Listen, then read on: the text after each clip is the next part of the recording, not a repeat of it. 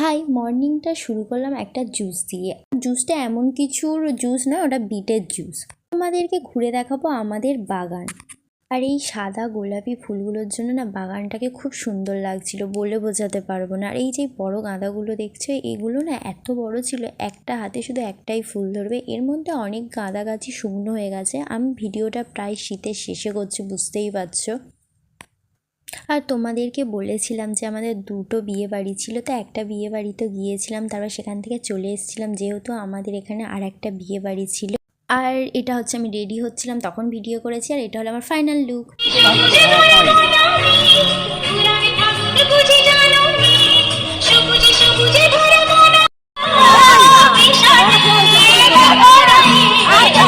তারপরে একটু ফটো তুলে চলে গেলাম স্টলের দিকে। আমরা অবশ্যই কমেন্ট করে জানাবে আমাদের ফুলের বাগান আর আজকের আমার সাজটা কেমন লেগেছে।